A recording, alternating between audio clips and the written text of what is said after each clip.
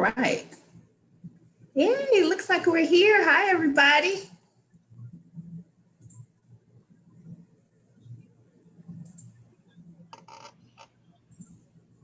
Hi, Takesha. Hi. Hi. How's everybody doing? Good. All great. Thank All you. good. I'm glad everybody was able to join in tonight. We have a special, let me give a formal introduction. I'm tickled pink tonight because it's Alex's book review. So anyway, let me curb my enthusiasm a little bit. But I am your host. Welcome to Wind Down Readers. I am your host, Takesha Edwards with Blueprint to Events. And tonight we are a virtual book club, and we will be discussing and analyzing the poetry of the book Á Bientôt by Alexander Lainez. And so I can't believe it, but this is actually our 13th Wind Down Readers book review. I cannot believe this is our third out anyway. I'm just beside myself a little bit. So again, we are, for those of you who are tuning in, our Facebook family for the first time. As I said before, we are a virtual book club, and we just feature and promote and discuss various novels and collections, such as Alex's, that embodies themes and relates to everyday life. And some of the topics are relatable, some are just thought-provoking. Nonetheless, we talk about it with each other over a glass of wine, our wonderful panel here, our Facebook family, and what distinguishes us from everyone else. We actually have the author. We have been blessed in all 13 shows to have had the author to discuss the books. And I pray that we can continue, to have that tradition. So in the end, it's all fun and it's all good. So thank you guys for joining, and also thank you, Facebook family, for joining in with us as well. For those of you watching, if you would like to contact Wind Down Readers, you can email us at winddownreaders@gmail.com. And without further ado, I'd like to introduce our panel. I always start with our long distance Zoomers first. So we have Deborah King from Chicago. Hi, Deborah. She's a Trekkie. We have Miss Pat from Florida. Hi, Miss Pat. One of our residential authors, Miss Marley Ray from Sweet St. Louis. Hi, Marley Ray. We have Jawah Steele from ATL. Hi, Jawah. Hello. Hi. And we have Brandy coming from my hometown, North Carolina. Hi, Brandy. And then my DMVers, that's DC, Maryland, Virginia folks.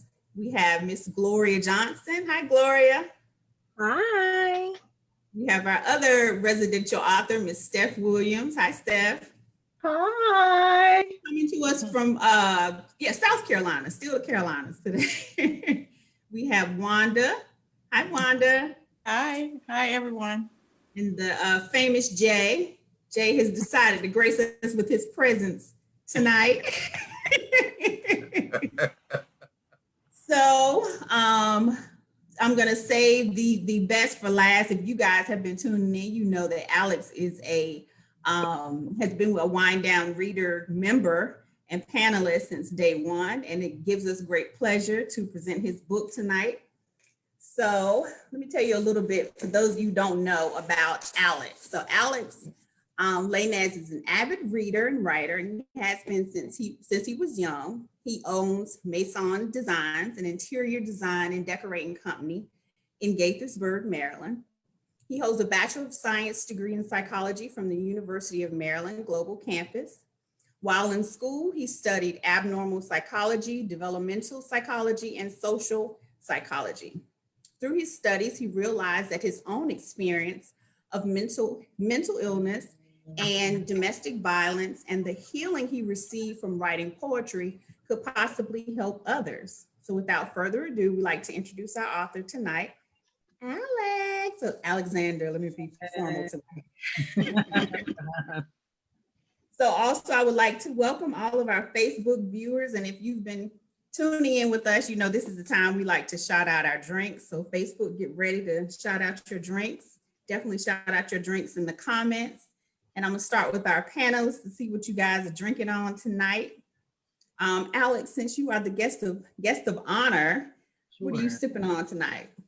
So I am doing some orange juice with some fancy Voss water. Oh, I have to work tomorrow. you have to work tomorrow. Okay. So All right. that's We'll what give I you a have. pass. Miss Pat, what you got over there? I'm back to my old favorite, the Behringer Pinot Grigio. Oh, This is the old standby for me. oh, stand by. That's a pretty big bottle too. All right, Marley Ray, what you got? Oh, I had to join Jay today. I got water. No, I What? know. I'm sorry. It's the end of the fiscal year at work, and it's nothing that I can do. We'll let you have one. You never come you I know. know. I know. I'm a little sad about it, but You're a little sad about it. It's okay. It's okay. It's for a good cause. Gloria, what you got down there? Good old Stella Rose. Stella, Stella Rose. Is that the peach or which one is that? No, it's green apple. Green apple. Okay, I haven't had that one. Okay. Deborah King, what you got over there? And y'all, I'm afraid to see what your drink is in. Oh, the reliable cup. Yes, I have a full bottle of Chateau Saint Michel Riesling. It fits in the cup, and I'm going to keep it off. I don't have to have a battle going across the camera today. Okay. For those you don't know, Deborah has actually found a container, a drinking container that can hold a whole bottle of wine. I'm still looking for it in stores. All right, Jay, you're gonna surprise us tonight. What you drinking on? Peach green tea over crushed ice. Not over crushed ice. Okay, we'll take it. Wanda. So I had brunch today, so I had a sangria at brunch, so I'm drinking water tonight. She's up with the water club tonight. I was in the water club before, so I Yeah. can't come. Yeah. All right, why? You gonna surprise us with anything? Riesling. Yeah. Riesling? Okay. Full Riesling. Brandy, what you got over there? What you sipping on? I have a red blend, Cooper and Thief. Ooh, okay. Well, when I was in the store tonight, I thought about, I got a post on my phone. I don't know if you guys remember Lauren. She was in one of our book reviews when I think we did Joy Happen, and she had brought up the Josh Cab. So I actually found the Josh Cab in the store, and I said, I'm gonna grab this. That's a good one. So I'm thinking of Lauren.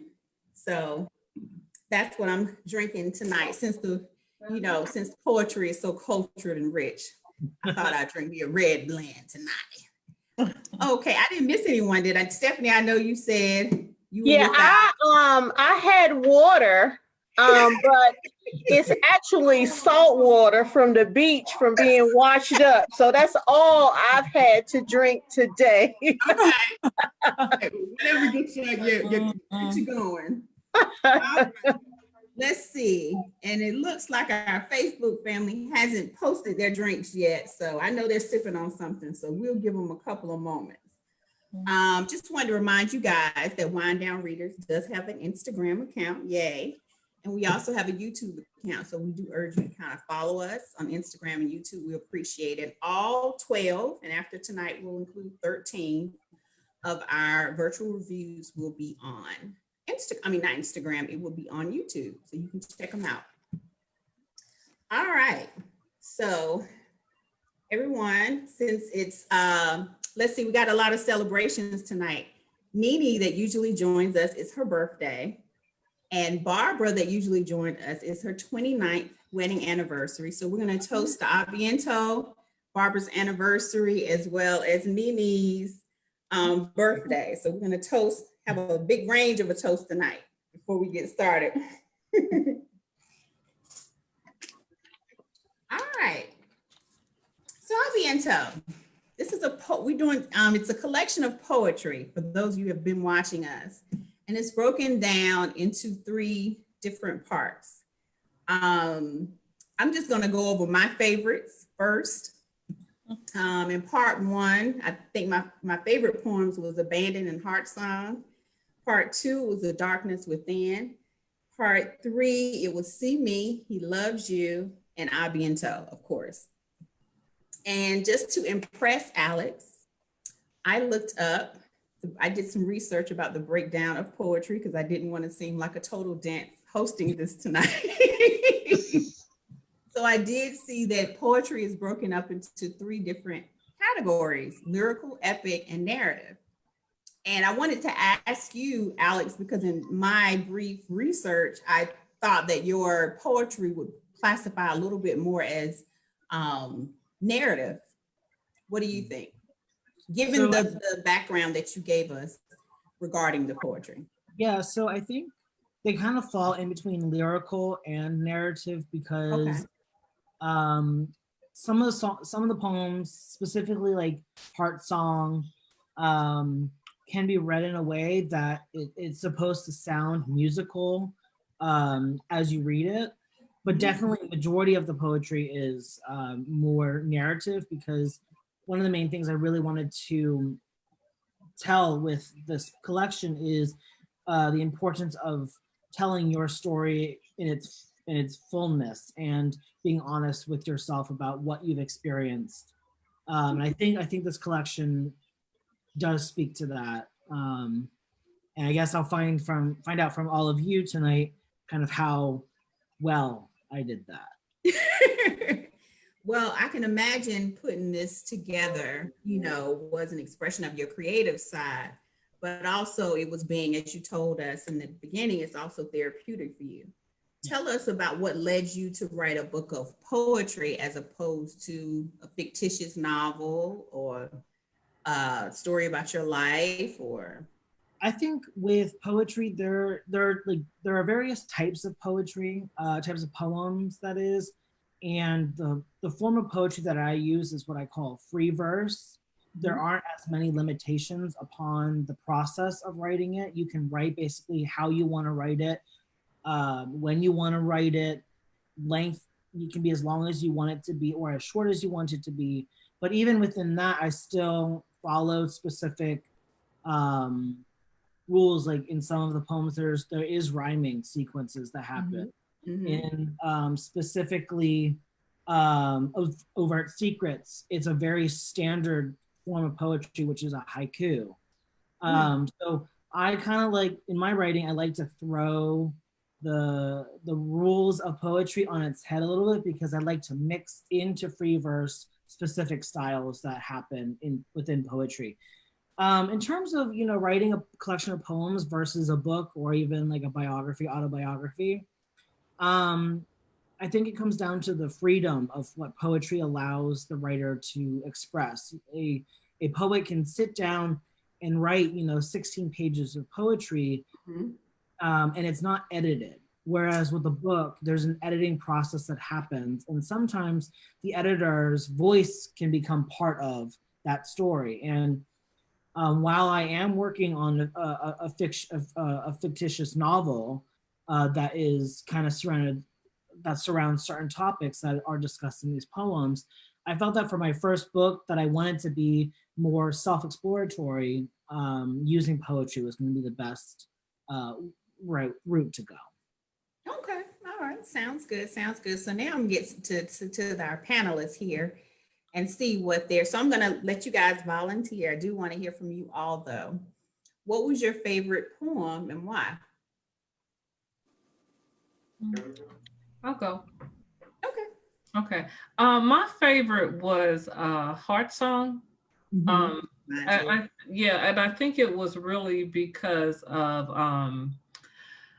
it kind of got struck in motion considering the situation, everything that happened with Pulse nightclub and everything, and just by just reading the poem, you felt like Alex, who is the writer, that he almost kind of transformed into the people that were there.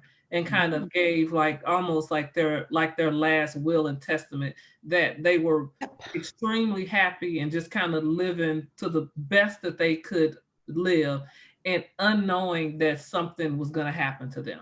So it kind of gave them like a sense of freedom almost, but not knowing that their end was close by. So it was kind of like one of those things where you felt just, it was sad, but it also was, it felt it was happy, because at least you got to enjoy your last moments. So it wasn't like you knew death was going to be coming. So you got to enjoy your life literally up until the last moment. So that's why I kind of liked it. It was kind of, like I said, it was sad, but it was also kind of, it was nice that that they didn't have to suffer, Right.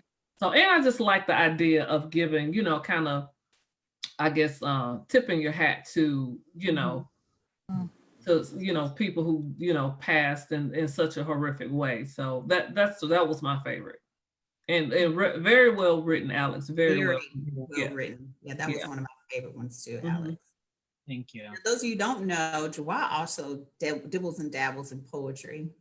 So I'm so glad that she was able to join us tonight to kind of give us her insight on the book, and any particular poems that you found interesting or you want to elaborate on, Jawah. Or what was your favorite poem? I guess that's the question on the table. Yeah, sure. I like Á Bientôt, because I feel that that's a poem that I could relate to. I think that, it talked about a loved one passing. That's what I got from it. And so that's something that I could relate to and go back to if I ever, am in that grieving stage where I need something to just, make me feel comfortable or to comfort me. And then Heart Song, I like the alliteration that you did in there, in the first stanza. So of course I enjoyed that. And that poem, I could visualize what you were writing. You know what I mean? It was very colorful in my head. I could see what you were writing about, and I could feel the emotion. So very well done. I like that. Thank you. All right. Anyone else before we want to share? Yes, Ms. Pat. Okay, so I'm not going to go back through Heart Songs again, because obviously we all love it. I'm going to move on to a couple more. I may be mispronouncing these words. Dans les Noirs. Dans les Noirs. Yeah, Okay, that was thank Stephanie's you. favorite too. I won't even try to repeat what you said. Okay. And that is because in a lot of your poetry, and I will also mention the Never Trust the Whispering Weeping Willow. As I was reading, I was thinking about things in my life that made me relate to what you were writing. So in the Noir one, I was thinking about how it says that people are not what they perceive to be in the light, but they look like something different in the dark. And I remember my brother saying to me once, he said, when you go to a bar and you sit around, he said, you'll look at all the people and you'll see what they look like when you're sober. The longer you stay there and the drunker you get, the better they start to look. Ain't that the truth? So I put that in there. But the Weeping Willow thing, when I was growing up, we had one in our backyard. And I mean, it took up almost the entire backyard. It was huge, and all of the limbs would touch the ground, as was mentioned in the poem. And I can remember all the boys that used to, when we got off from school, they'd climb up in the tree because all of the branches were so low. They could get in that tree, and that tree was like it was holding secrets, and that it was controlling life around it. So I just wanted to say that there, in a lot of your poetry, I actually found things that related to my life. Thank you, Alex. You've done a great job. Thank you so much.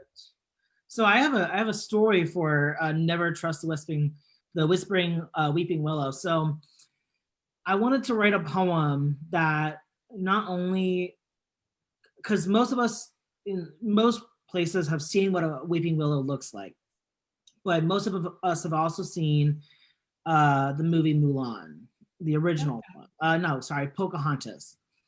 And the old woman that is her grandmother, believed to be the spirit of her grandmother in the tree, the weeping willow. So I wanted to take a moment and think about how could I turn that story on its head a little bit and make the weeping willow the villain. Because going off of what you said, Miss Pat, about secrets, there are a lot of things that people do behind trees that that other people don't think they see.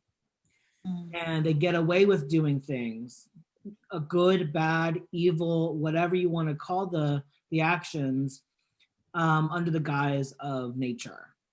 So I wanted to look at kind of how can a tree represent both beauty, but also have a little bit of an evilness to it, because it was a very interesting idea of kind of throwing the beauty of the weeping willow on its head, but also like the name of weeping willow. How did willow get that name? You know? Yeah, right.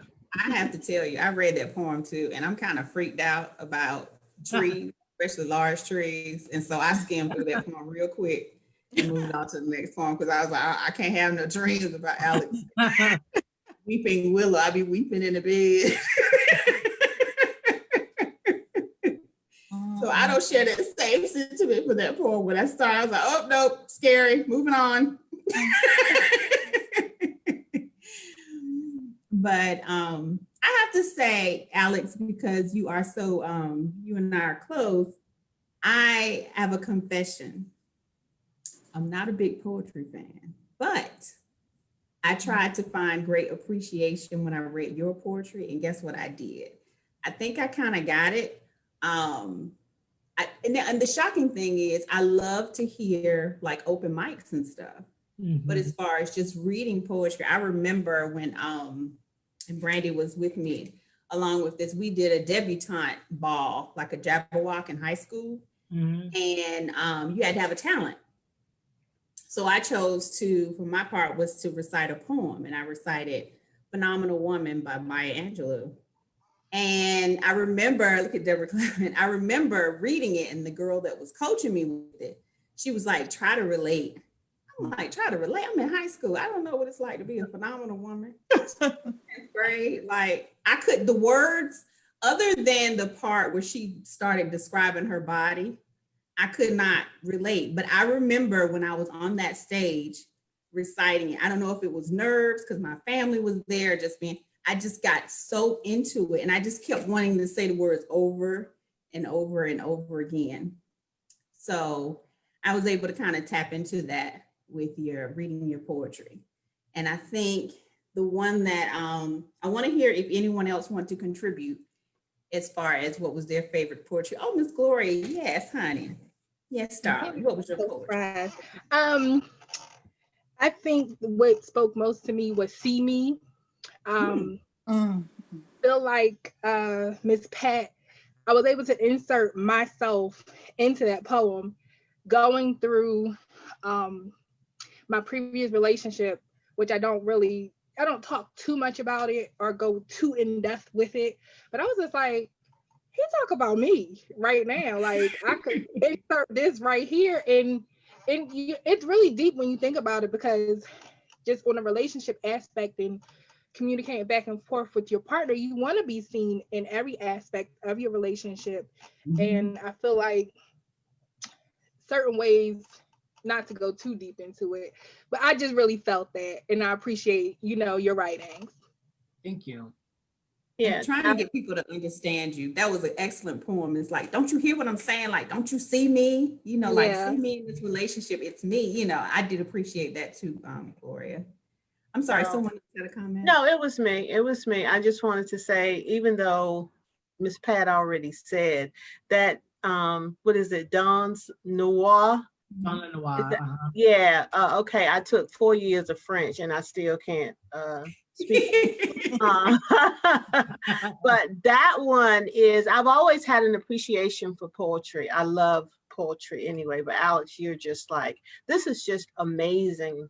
Your writing and the descriptions, I mean, everything is, you just capture everything. But that one was just so on point, only because, you know, things at night are not the same as they are during the day. Hey, nope. And you know, Miss Pat, to even take it even further, like you said, like you drink until somebody do, but how many times have we been out and you see a person at night, and when you see him in the daytime, you like, that's not who I thought I was looking at. Yeah, but it's just not only that, that's the jokey part of it, but just like people send their representatives, and the best time to have a representative is at night, and everything comes out. Everything is, you can hide more at night, you know, and not just in the darkness of the night. It's just like in the darkness of your personality, your behavior, all of that comes into play, and you captured that so much in that poem. And that's why when I read it, I was like, this is just so on point. And it was so on point with life in general. So I do appreciate it, and I love that, and congratulations. Thank you. So I want to just add a quick thing about that poem. So the night can also represent what someone is hiding from themselves as well. So it's not necessarily like in the middle of the night kind of thing. It's also they're in their own shadow and darkness of their own mind. Yeah, absolutely. Who they want to be. So I writing that poem, I wrote that poem when I was trying to explain to somebody that I was trying to date. Trying is the operative word right there. And I would get multiple people from him, depending on, you know, how he was feeling that day or that night, or if he was around other people, if he was around his friends. So I think, you know, that poem specifically, as well as a few of the other ones, it really, I really wanted to point out that people, if you're not like, people who are not observant about the people around them, they can be tricked into doing things and believing things that are not actually there. So that's the darkness of the personality. That's the nighttime of the personality. Absolutely. That's an awesome job, Alex. Thank you. So people feel comfortable in the dark. I'm sorry, Wanda. People feel comfortable in the dark as they, you know what I mean? And so they feel like, oh, I can just come out, take my cape off. This is who I am. Or mask. That's right. Or mask. Yes. Okay. All right, Wanda. I'm sorry I interrupted. No, not a problem. I actually was just thinking. So I heard several people say, you know, poetry. I think Keisha, your comment about not really being into poetry and different things. So for me, having heard Alex talk about some of his background through the previous books that we read, I just was kind of tuned into that, and so I'm looking for those types of things, and I won't say necessarily seeing myself, but also try to think about the things that that Alex, that you said you've gone through, and of course it came out clearly in so many of your poems. And I was reading Sleeves of Passion, and I'm just curious about how, you know, from what I see in that, is almost like, again, the same kind of masking thing of you have done all of these things, good, bad, or indifferent, and then it's like it happens, and then all of a sudden it's over and you're starting over again. And you get a clean slate or get forgiven and move forward. So that was my interpretation, but I'd love to hear what your perspective was in writing that, because it hits someone, again, some hidden things that you don't want people to know and see in you, or maybe not even recognizing yourself. But then again, you get forgiven and a chance to start over again, kind of. So I will tell you, like, that's kind of the first time I've ever heard that interpretation of that poem.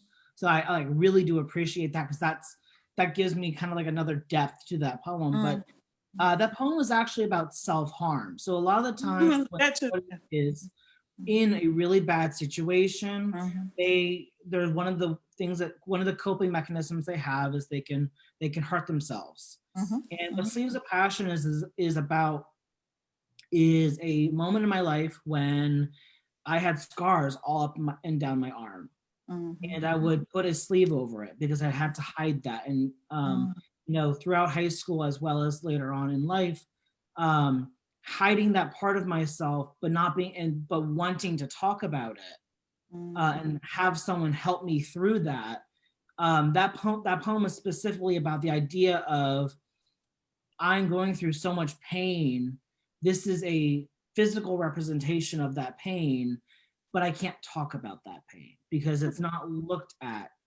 Like men who have mental illness, it's a conversation that doesn't happen. And one of the things about this collection that I really, really wanted to push was men can have a struggle with mental illness just as much as any other person can. And I know that when I was talking to people about my own experience of mental illness, I had people who were like, well, you're a man, why don't you just man up and, you know, grow up hair, and, you know, what you're going through is not that bad. There are people who have it far worse. And what I had said to them and what I still say to people is, you're right, there are people who have it far worse than I do, but that doesn't take away the fact that I felt this way. And that's kind of, that poem really kind of encapsulated the idea of having a pain, but not being able to actually voice it because it wasn't something that was permissible to talk about. Yeah, and you could see, I mean, I could see that in the poem too. And I guess for me, thinking about myself, you think about, you know, I haven't been to that extreme, but I think about hiding who you are or not showing that out to the real world. Your point about men and mental illness, I've never heard that before, but I shared a story with twice in the last 2 days that I read about Dak Prescott. When he shared, he was open about how he had been feeling after his brother died and some of the mental anguish that he's gone through and depression and different things, and how one of the sports commentators pretty much belittled him for that. Because, you know, he was saying, you know, you're in the NFL, you man up, you don't do this, you don't do that. And what you just said, I didn't realize it was so characteristic of how people see men through mental illness. And you know, he related it to the sportscast related to, you're an NFL player, you should be doing this, you know, you're tough, you got to do whatever. But he had experienced, you know, a lot of other things, COVID, his brother killing himself, you know, just in a short time frame, but the insensitivity of that. And I didn't realize that was something that men, that was so specific to men in that way. But yeah. And to piggyback on that, Wanda, I know, Alex, you had talked about how your poetry was one of the reasons why you wanted to write this book, is that you understood how the poetry helped you express yourself creatively and also how it helped you through your healing process. Did you write the poetry? Did you have these poems in mind? Was it, you know, was it something that you did to kind of create an outlet while you were going through your healing? As far as with mental illness and domestic dispute, was this something that you did and someone told you, you know, maybe you should write about it? Or maybe, because I've had someone tell me, you know, to sleep better, you need to write down your thoughts to get it all on paper. That way your mind can relax. Is that something that you were advised before starting writing this poetry? So I had always written poetry, but specifically when I found myself in a relationship where I was not valued as a person, to the point where I would have a knife dragged across my skin without me doing it. And a lot of the therapy that I went into after I ended up in the hospital because of this person, I had a nurse pull me to the side and she said, I can tell you're a creative person. The best way for you to heal through this, and she's like, this is from my personal experience, which from a very similar situation, I'm not supposed to be telling you this, but I will tell you as a person who suffered through it and survived it, that's what helped me. So her telling me that my processing of severe trauma that I had experienced at the hands of this person, was to write it down. And there are some poems that I can't even bring myself to read because of how emotionally charged they are. And there are some things, you know, I'm sure, you know, Deborah and Stephanie can speak to this, if they've written something that they themselves just don't care to read because of whatever reason. We as writers always have something that we have written, we know we wrote it, it's still there, but we'll never look at ever again. And we won't even let other people look at it because it's one of those things that, because I have a poem that's called A Letter from the Abused to the Abuser. I will never look at that poem ever again. I know it's there, but it's a poem that I wrote the night that I entered the hospital. And I knew that if I didn't write this down, I would not only forget what had happened, because that was kind of a way, my writing was a way to document what I had experienced, but it was also the best way that I could kind of have the catharsis of, wow, you know, I am safe where I am now. Where I was before, I was not safe. I couldn't even leave my dorm room. That's how in danger I was. So putting this collection together, I had read some of these poems over the years, but then when my father passed away, I went back to these poems because I knew that when I wrote them, I felt better. And that I found when I put this collection together and reread these poems, I felt better. You know, it didn't take away how emotional I am still about the loss of my father, but it did help a little bit because it put my feeling into words for me, even though the words are already written for me, by me. Wow, wow. And it's funny that you guys, oh, go ahead, Joelle, I'm sorry. Oh, it's fine. I wanted to know, so how long have you been writing? So when I was in elementary school, I think it was like 3rd grade, we had an assignment where we had to write like a memoir type paper. And I decided that, and since I think 3rd grade, my grandfather passed away. So I wrote an entire memoir in haiku. And that was the earliest, I think, well, yeah, that's probably the earliest like writing of like at least poetry. And haiku for a 3rd grader. Yeah, that's pretty good. It's not an easy form, you know. And even when I was writing Overt Secrets, I rewrote that poem like 4 times because I was like, this isn't right.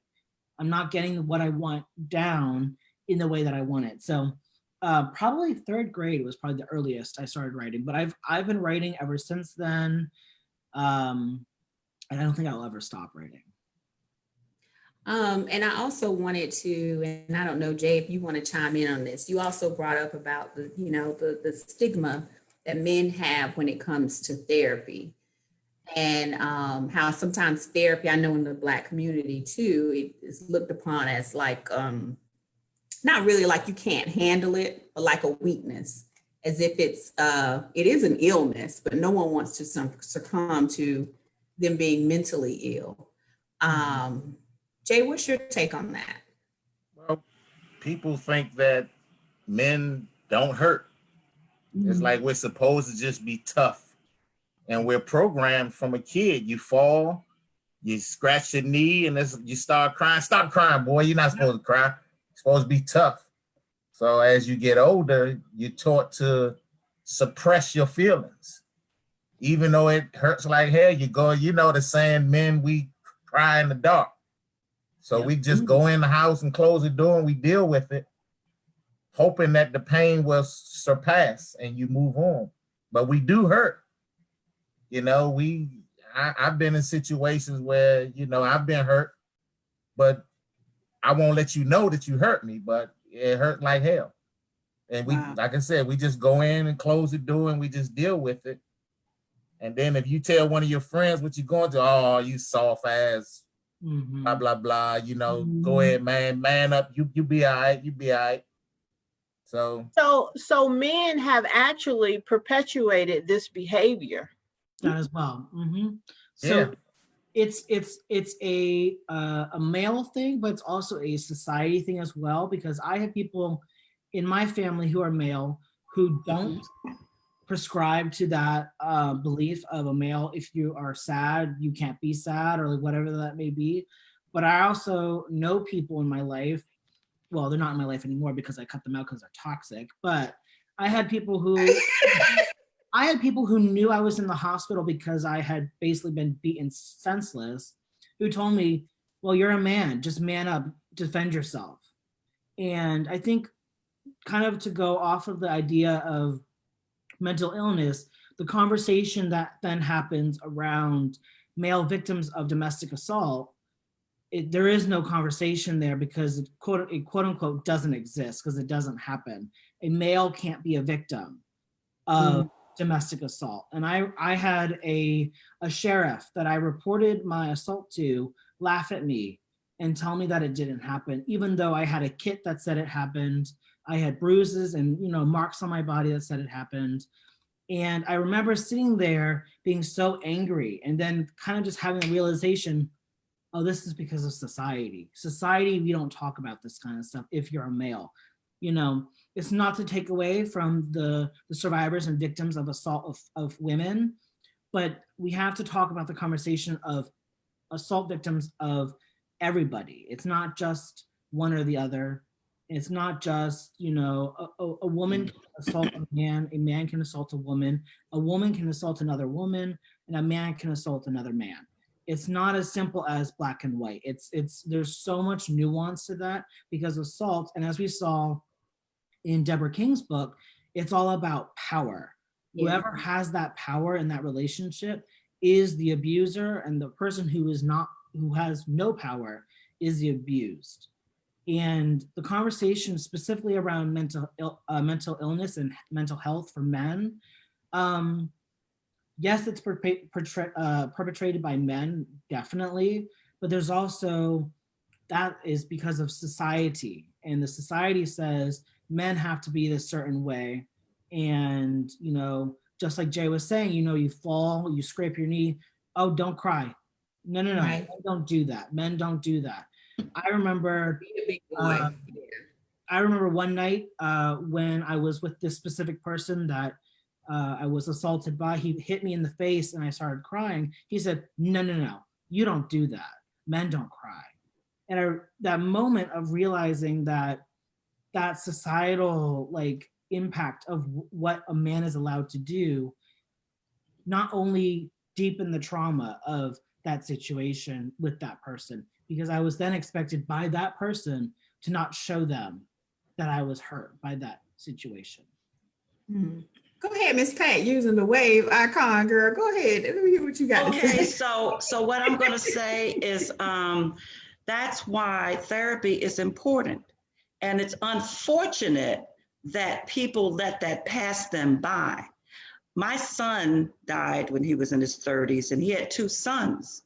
And I was not about to let those children, he was in a car accident, and the people that he was in the accident, everybody died, my son and the people in the other car. So I was not about to let those children not have some kind of therapy. So I engaged the school. I got the school to have their therapist, and then I got outside counseling. Because they needed to understand. And the one who was like 10 years old, he said to me, Grandma, thank you so much. I didn't know what I was supposed to do. People were saying to me, your father died. Kids talk to each other. You know what I'm saying? These children have no weapons to work with what is coming at them. They don't know what to do. And if you leave them with that scar that early in life, where do they go beyond that? Right. Wow. Sorry to hear about that, Miss Pat, but I'm glad they had you in their life to be able to create that. And I was in therapy too, believe me. Yeah. I can imagine. Wow. Yeah. Mm-hmm. Wow. Deborah King, I saw you shaking your head to anything in particular, or just an agreement? Just an agreement. It's the need for therapy and things like that. it's necessary. I personally know men who man up, and I really think they need therapy. But that's not up for discussion. It's not going to happen. Men don't do that. And it just makes me kind of sad that women get the luxury of crying and breaking down and men don't get to do that. Well, men don't do it in public. Yeah, that's true. But we have to teach our, as we're bringing up our young sons, like Miss Pat did, because I did mine the very same way, is, and I had my son in therapy even after my divorce, even with, as a mentor. I had him in the 100 Black Men Association. I put him in all types of groups because they let them know that it's okay. And he was so okay with it. And it's been like 10 years, 12 years now. But I can tell you that my son ended up in middle school having his friends call his therapist and say, "Hey, doc, my friend Jim needs to talk to somebody. Can you talk to him too?" His friends, and and the therapist thought it was just a wonderful thing, because then the guys started calling. They'll tell their parents, "Well, Trent's talking to him, so why not? Why can't I?" So I'm telling you, we had so many young men to go to this therapist, and it was just like, and they all became buddies.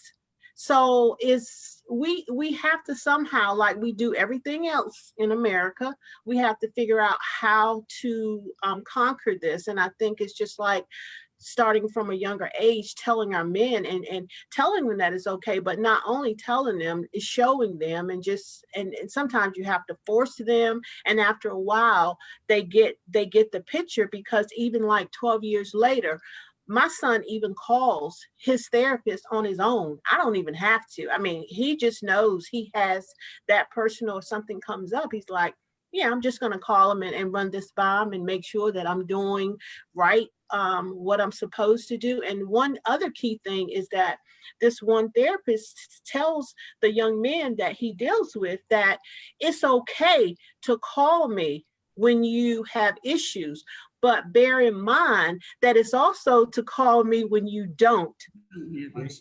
And that is so key for the guys to understand, is that once you build that up, you can just go to therapy just to stay good, not just to go when you are back in the house crying in the dark by yourself. Just if you go to stay good, it helps. It's just crucial. It really is. And I know firsthand that it's just one of those things that everybody, man, woman, boy, and child, should go. But Stephanie, the way when you mentioned that, and one of the things that I keep thinking about is, but men don't do that for men. You know what I mean? It's difficult to get men to own up to that. I think about divorces and how so many of our, especially African American men, won't go to counseling. It's almost like it's a stigma or something associated with firsthand. Exactly, that you may not be perfect, or there may be some opportunity for you to change in some way. And I don't think that it matters whether it's man or woman, woman to woman, man to man. I just think it's just people don't find the appreciation. They don't have the confidence even in that to say something is the matter, something is wrong. And you're doing what you did for Trent is one thing, but we need more of our men to see that, and to be able to say, fathers to see that, and to be able to say that, because the first thing you do with men, the first thing men do is to get defensive. They're ready to fight. They're ready to run.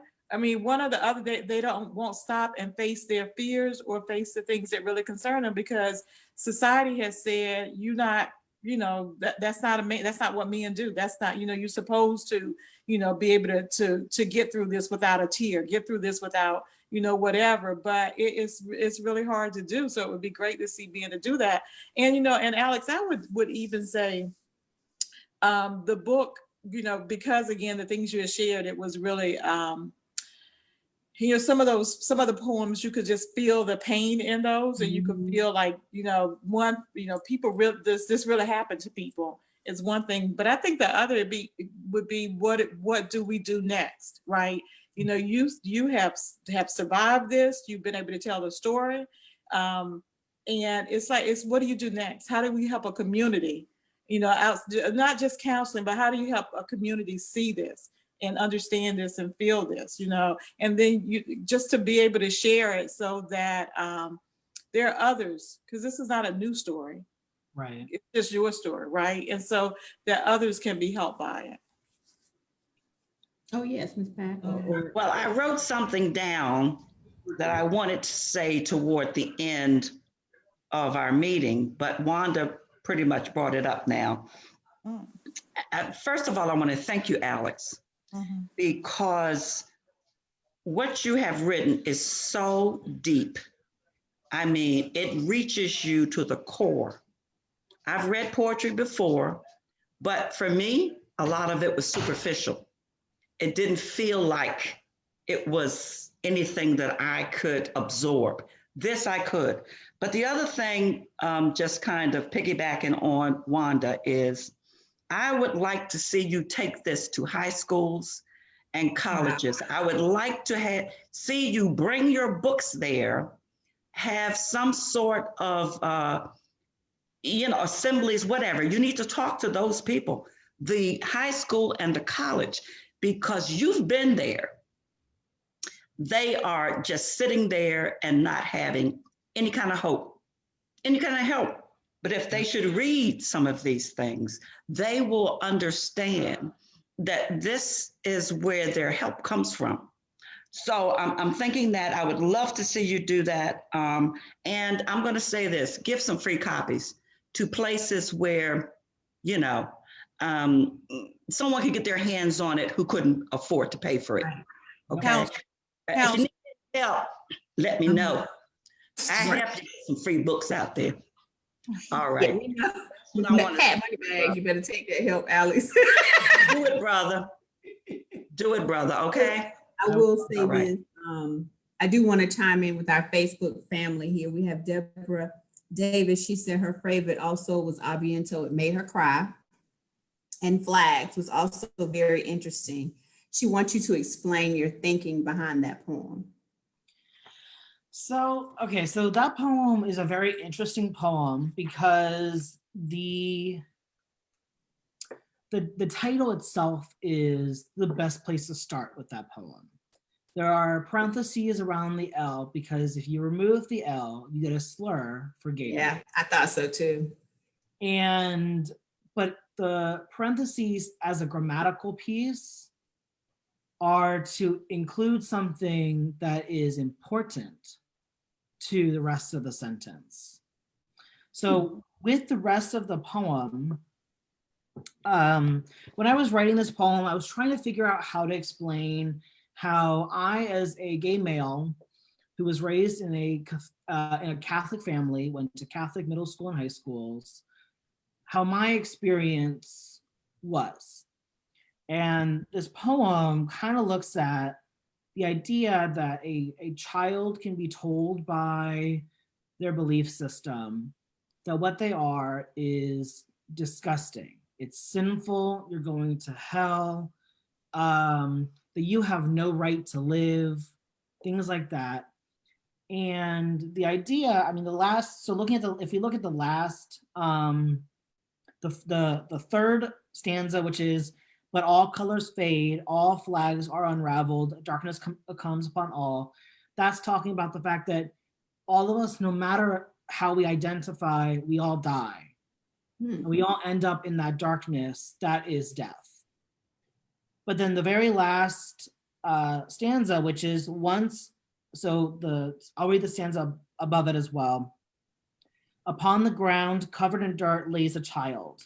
Once shining like the sun, this child has become broken, but sea glass is still beautiful. For me, that really represents how I experienced being told by people who I looked up to, like priests and pastors, who were telling me that people like me didn't deserve to live, and we don't deserve happiness and joy and love and all of that stuff. But kind of looking at the idea of while that person is broken because of those things, they're still beautiful as a person. No matter, you can tell somebody that they're worthless, but you can never tell somebody their life doesn't mean anything. Wow. Even sea glass has a purpose, because we put it into chandeliers, we put it into tables. There's still a beauty to that person. So telling a child that they are worthless takes everything from them. But if that child believes that, then they are lost. But if a child has a glimmer of hope of whatever that may be for them, they are that sea glass. They're still beautiful, and they can still grow and become something that is even more beautiful, no matter what the world has thrown at them. Wow. Woo, intense. Well, I will say, I am definitely, my mind is spinning. I'm definitely with Miss Pat. We definitely have to figure out a way. I think men have a disadvantage as people are, our society and culture is changing and evolving. And I do think, even though I do think, women do, because of certain situations that they're placed in, but we do get the right to cry out, and it's accepted a lot more so than men. I know that especially in my ethnic group, because of a lot of things that African Americans have gone through centuries, we have been, labeled as survivors. We've kind of been put in that category, as to say, even in the darkest hours, these particular people survive. And I think with our men, even with, coming to this country, they were taught, and they were, it was embedded in them, only the strong survive. So to break down that systemic, labeling, even now, 400 plus years later, it can be tough. It can be tough. It's kind of almost like deprogramming a system that has worked for years. Like Jay had said, I'm pretty sure he's had uncles or other men, fathers in his life that tell him when he was little. And we didn't know. I've even told little boys, just because I didn't want to hear them cry, if they fall, oh, you be a big boy, get up, only because I've heard that before. That was my training. You teach little boys not to cry. And so it's kind of like we have to figure out a way to kind of deprogram that, because with that teaching them to suppress the emotions, it has to come out a certain way. And sometimes it can come out in a way that's not beneficial or safe for them or the people that are around them.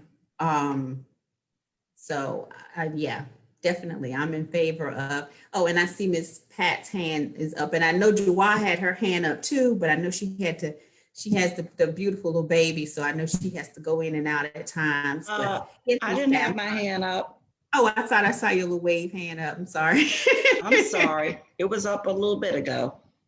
Yeah. Well, I will say I am a little, not really jealous, but trying to figure out how I can tap into my creativity, because I'm here on this platform with you and Stephanie and Ray Ann and Deborah, and you guys, even in just hearing your books. Like I know with Marley Ray, she talked about what sparked her to write her series of novels was more so about dating in the 40s. I know with Stephanie, knowing her personally, I know her relationships, whether it be family and girlfriends and stuff, that's really important to her, and it shows in her books.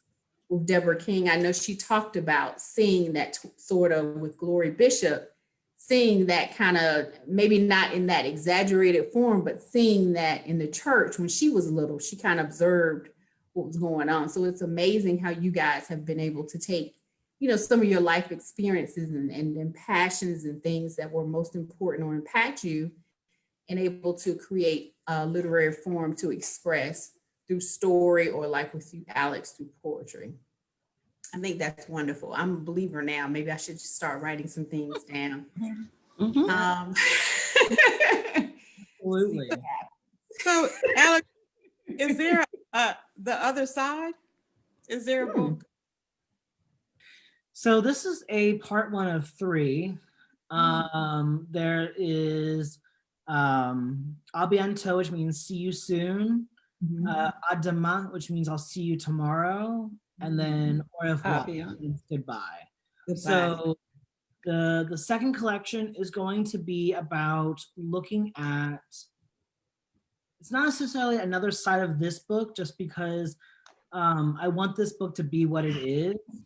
I'll have something else coming out probably that is going to speak to the survivor part of the story for me. But because for me, that part is almost more difficult to write than the actual experiences. Because with the experiences, I know that they're in the past and I can't go back to that. But when, as a survivor of domestic assault and as someone who still has mental illness, it's an ongoing struggle. So that process of having to write about the surviving of that, it's a little harder for me to write. And so it's something that is going to take time for me to process, because I still live that process every single day. You know, having PTSD from having somebody, you know, bludgeon your face in every single day for 4 months, it makes certain things a little bit more difficult. As for the 2 collections that will be following this one, À demain is going to be looking at kind of how it's going to be a lot of historically based poetry. So it's going to look at specific events in people's history. So not just necessarily American history, because God knows there are books upon books that can be written about, you know, the atrocities that happen in this country. But it's going to look at kind of moments of revolution in various countries. And moments of not necessarily revolution in countries, but also revolutions among people. So, you know, there's going to be a poem about the gay rights movement. There'll be one about women's suffrage. There'll be one about abolitionist people. I am a really big historian, so like this, you know, that one's going to take some time to do research, because I want to make sure that what I'm presenting is accurate, or, you know, presents itself as accurate. And then the third book, au revoir, is going to be Goodbye.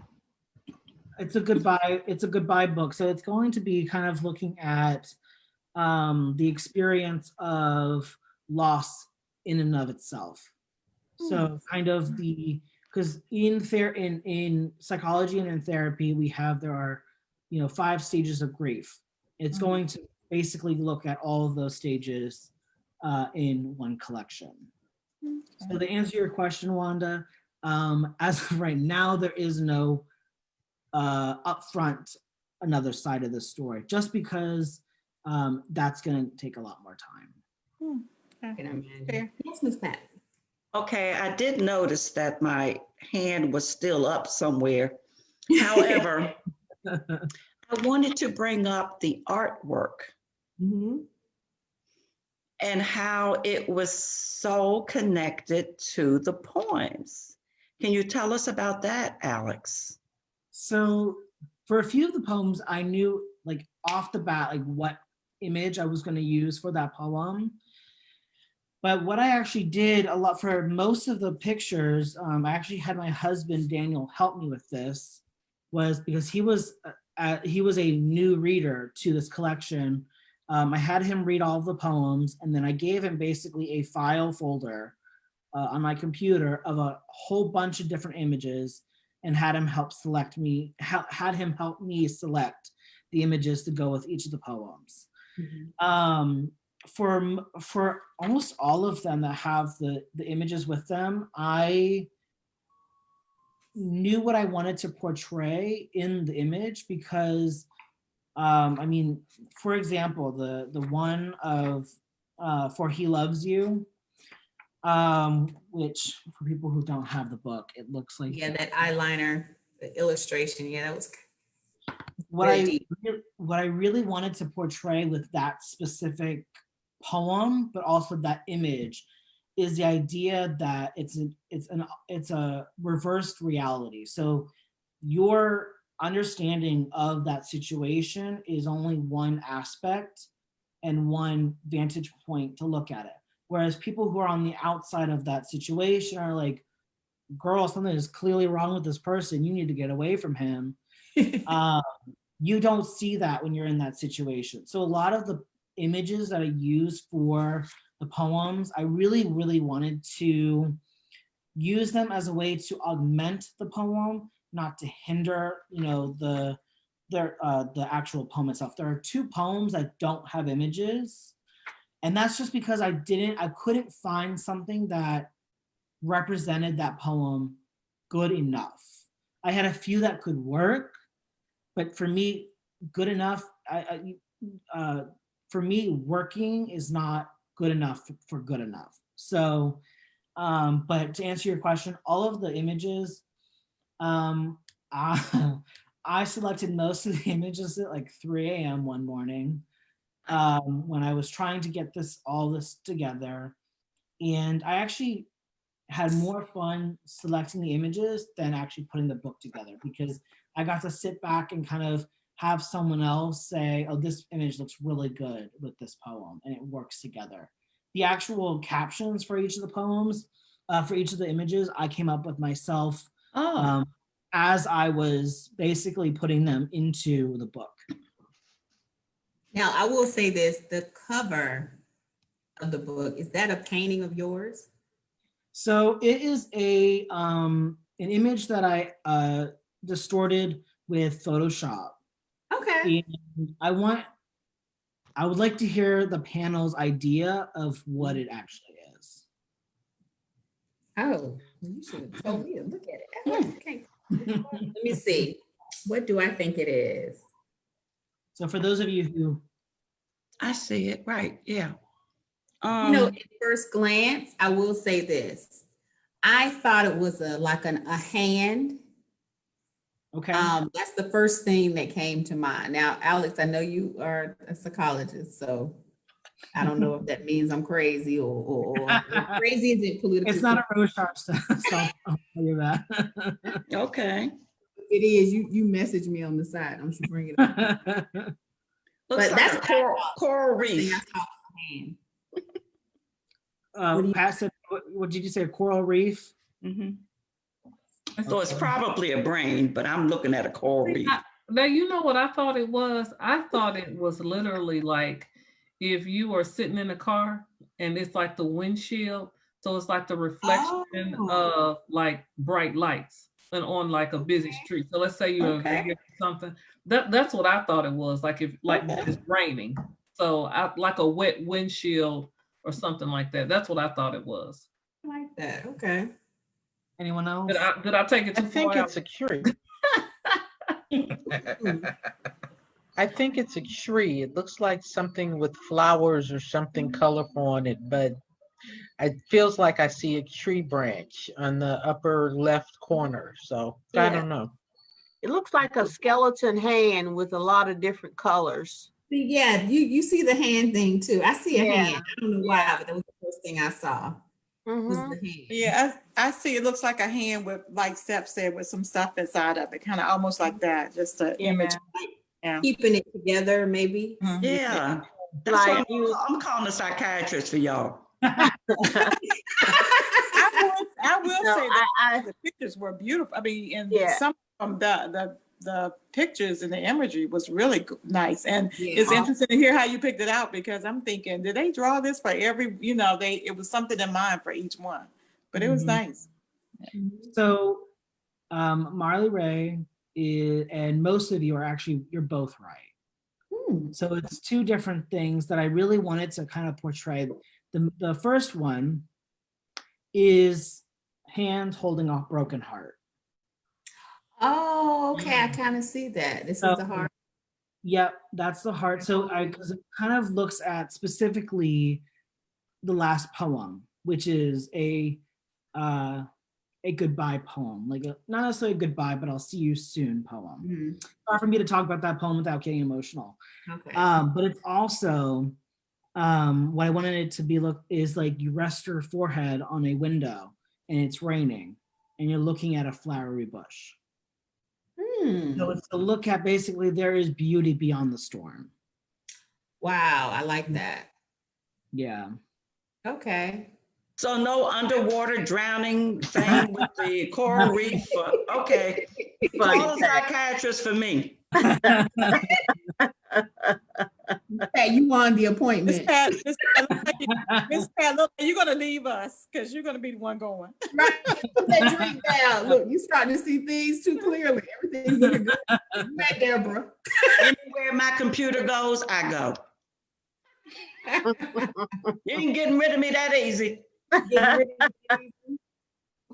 Well, I want to say, I know Á Bientôt, as I see you soon.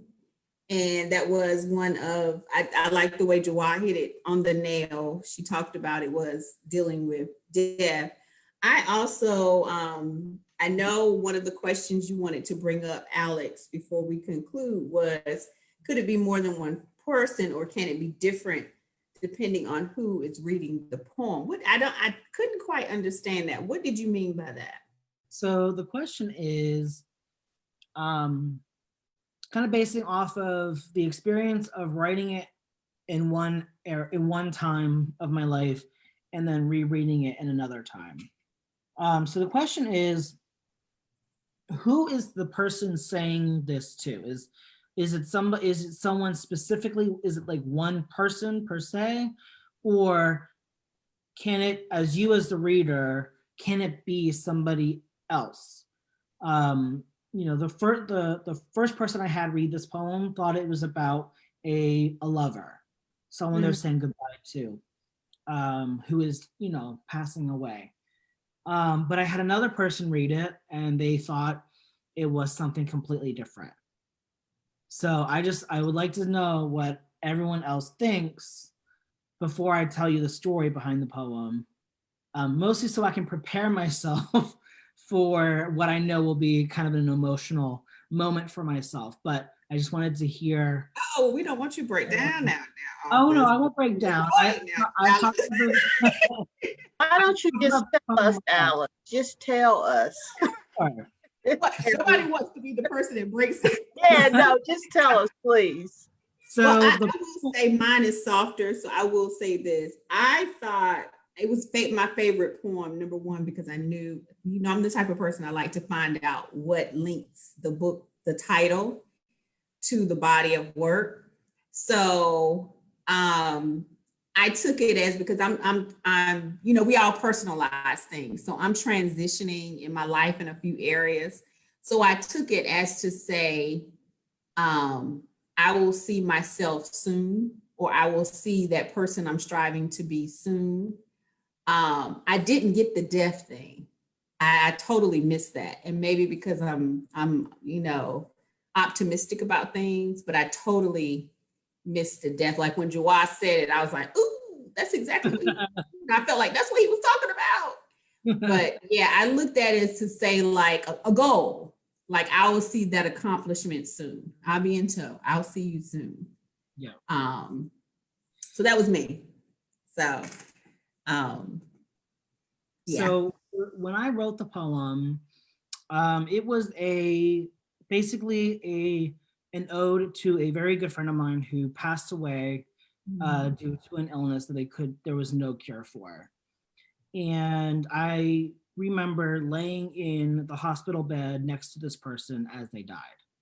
So wow. It's a goodbye to them as a very, very close friend. But then later on, when I reread the poem after my father passed away, I read it in my mother's voice as she was saying goodbye to her husband, who passed away right next to her. So there's two different people and there's two different kind of speakers for this poem. It's me and it's also for my mother as well. But Takesha, your interpretation is not one that I have not heard before. And I actually really like that interpretation. Because the beauty in that interpretation is there's a positivity to that. Whereas with the other two interpretations, well, the one interpretation is there's a finite, there is an end to that. There's no going back to it, except for if you believe in the afterlife and in heaven, seeing that person again at that point. So your interpretation, Takesha, is actually one of my personal favorites because there is that positivity to that poem that I myself, as I wrote it and as I reread it and put it in this book, did not see, because I was looking at it from 2 points of very, very emotional moments in my life. So. Oh, wow. Okay. I'm the deep thinker. Jay, I didn't see your facial expression move. You don't agree? Well, guys, I'm not going to hold you. I just want to tell Alex, I am so proud of you. This has been a beautiful experience reading your, yes, bravo to you. Yes. I did exceeded well beyond my expectations. I knew you was gonna blow my socks off, but I didn't know you was gonna push me down and blow my socks off. And your boots and your socks. Right. You definitely took us on an emotional roller coaster, as well as you made us aware of various, sometimes we kind of get caught up in our own emotional roller coaster, but you kind of gave us outlook on things that happen outside of what we're experiencing.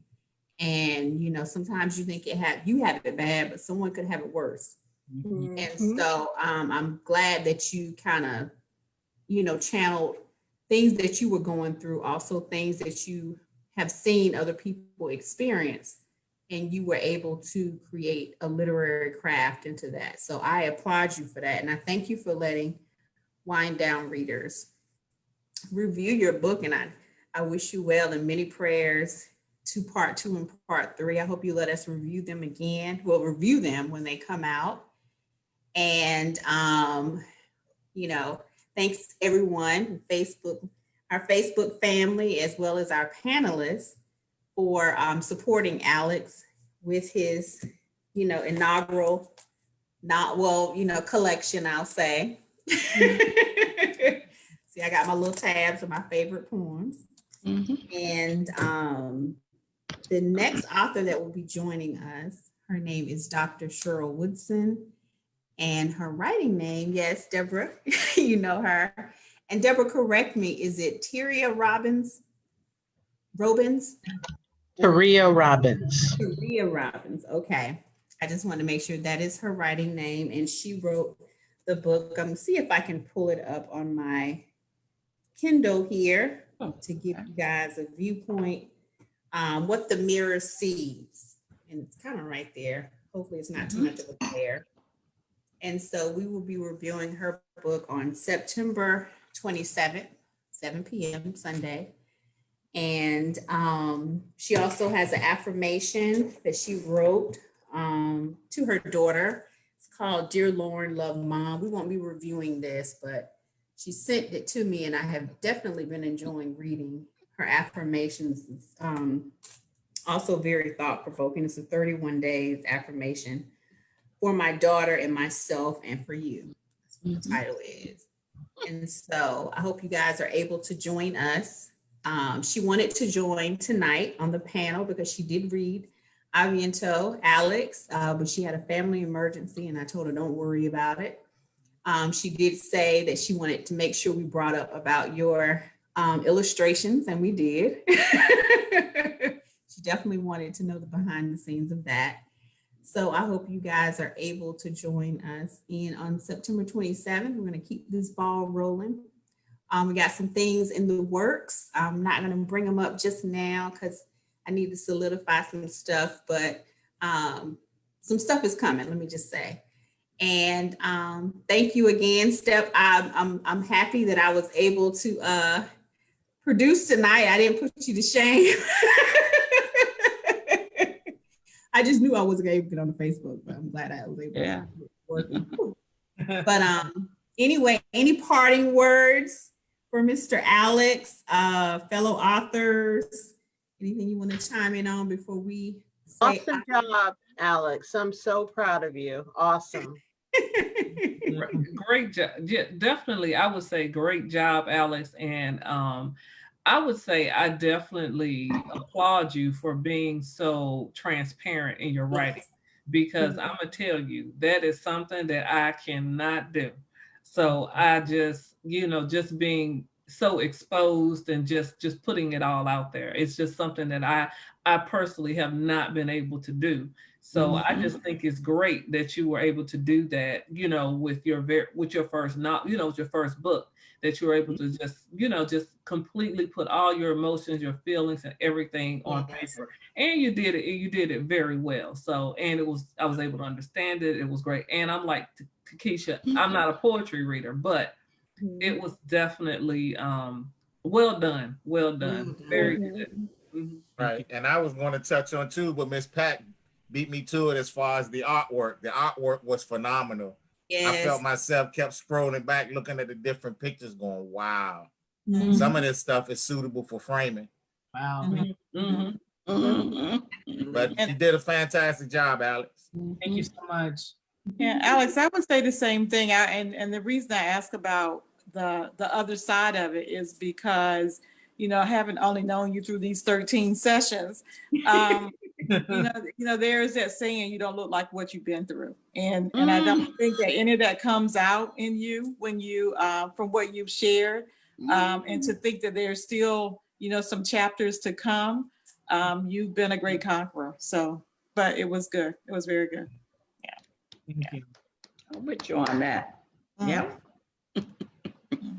Well, guys, thank you again. And Alex, did you want to say something before we officially sign off for this evening? I'll give the mic to you.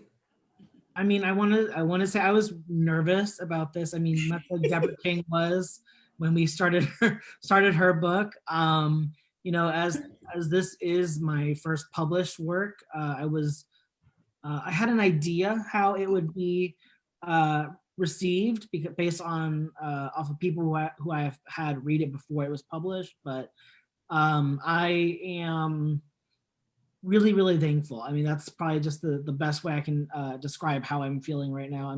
I'm thankful. I'm very grateful that I was able to have such a wonderful panel review this book that meant a lot to me as I put it together during a really, I would say, difficult year after the loss of my father. So I really, really, I just want to say thank you all. It really means so much. Well, definitely, Alex, you mean so much to us too. And in the spirit of your book, I want to tell everybody, Á Bientôt. You guys have a good night. Thanks again. Bye. Thank you. Everybody, have a good night, everybody. Good night. Are you done now?